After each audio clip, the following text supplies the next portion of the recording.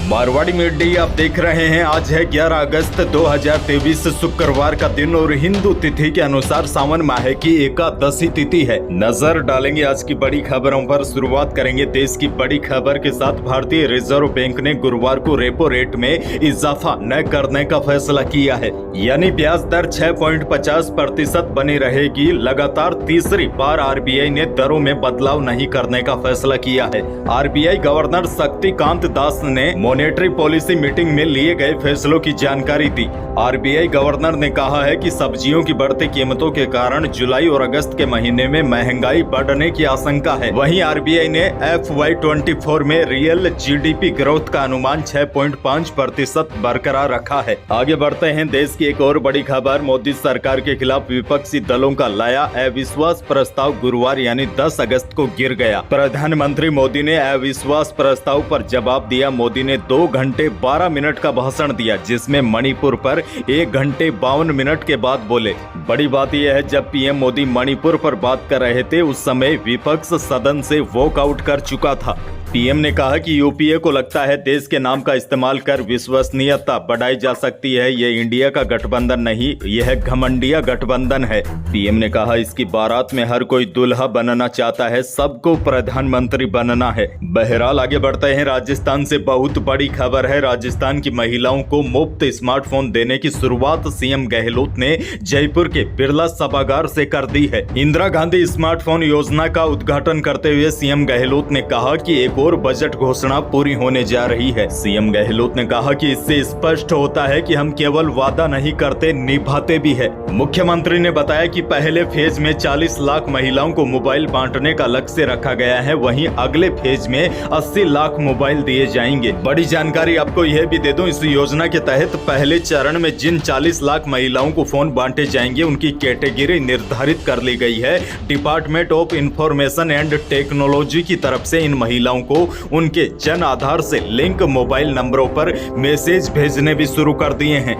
जिन महिलाओं के पास मोबाइल पर मैसेज आए वही महिलाएं अपने नजदीक के शिविर में जाकर मोबाइल ले सकती है। यह शिविर हर जिले में सरकारी स्कूलों, कॉलेजों, सामुदायिक केंद्रों, राजीव गांधी सेवा केंद्र पर लगाए जाएंगे। अगर आपको स्मार्टफोन नहीं मिला है तो चिंता की बात नहीं है, क्योंकि यह शिविर अगले कई महीनों तक लगेंगे। लेकिन आपको बता दूं, प्रथम चरण में केवल जो आपको स्क्रीन पर दिखाई दे रहा है इन्हीं कैटेगरी के लोगों को स्मार्टफोन दिया जाएगा। आगे बढ़ते हैं। एक और बड़ी खबर। गहलोत सरकार का एक और बड़ा फैसला, बड़ी राहत दी है। प्रदेश में अब बिजली कंज्यूमर्स को फ्यूल सरचार्ज नहीं देना होगा। बड़ी खबर यह है, सीएम गहलोत ने 200 यूनिट से ज्यादा बिजली खपत करने वाले कंज्यूमर्स का भी फ्यूल सरचार्ज पूरी तरीके से माफ करने का फैसला किया है। सीएम अशोक गहलोत ने कहा है कि फ्यूल सरचार्ज माफ करने के बदले बिजली कंपनियों को सरकार 2500 करोड़ रुपए देगी। सीएम गहलोत ने घोषणा करते हुए कहा है कि कृषि और घरेलू कंज्यूमर्स का अब फ्यूल सरचार्ज पूरी तरीके से खत्म किया जाता है। देखिए, बड़ी जानकारी आपको दे दूं, पहले 200 यूनिट तक फ्यूल सरचार्ज माफ था। अब कितने ही यूनिट हो, कोई फ्यूल सरचार्ज नहीं देना होगा। सीएम की इस घोषणा से आम बिजली कंज्यूमर को हर महीने बड़ी राहत मिलेगी। बिजली का बिल कम आएगा। बताया जा रहा है अगले बिल में ही इसका असर होगा। बड़ी खबर यह है, अब कितने ही यूनिट हो, कोई फ्यूल सरचार्ज नहीं देना होगा। आगे बढ़ते हैं। राजस्थान की एक और बड़ी खबर। गहलोत सरकार का एक और बड़ा फैसला, प्रदेश में अब मनचलों की खेर नहीं है। मुख्यमंत्री गहलोत के निर्देशों के बाद ऑपरेशन गरिमा शुरू होगा। पुलिस मनचलों को चिन्हित कर त्वरित कार्रवाई करेगी। स्कूल कॉलेजों में हेल्पलाइन नंबर का प्रचार प्रसार किया जाएगा। पुलिस मुख्यालयों के निर्देश पर राज्यव्यापी अभियान चलाया जा रहा है।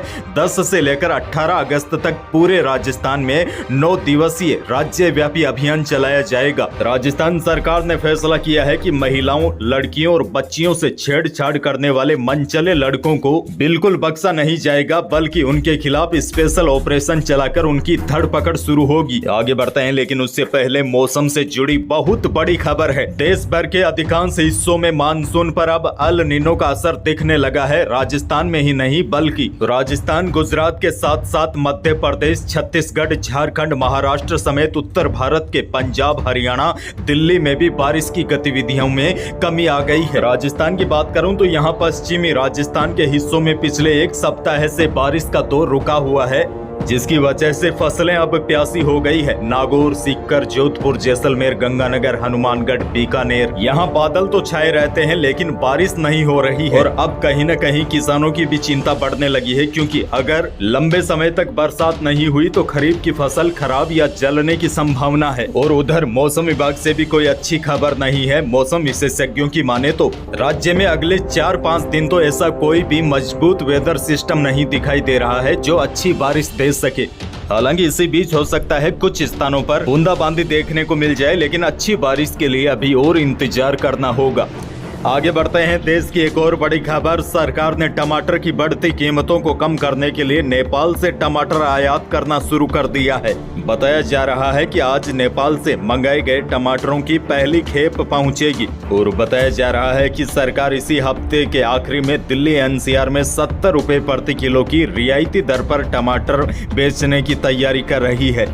यही थी प्रदेश और देश की कुछ बड़ी खबरें। वीडियो को लाइक करना बिल्कुल न भूलिएगा और चैनल पर नए हैं तो सब्सक्राइब भी कर लीजिए ताकि आप अपडेट रहे बड़ी खबरों से। धन्यवाद।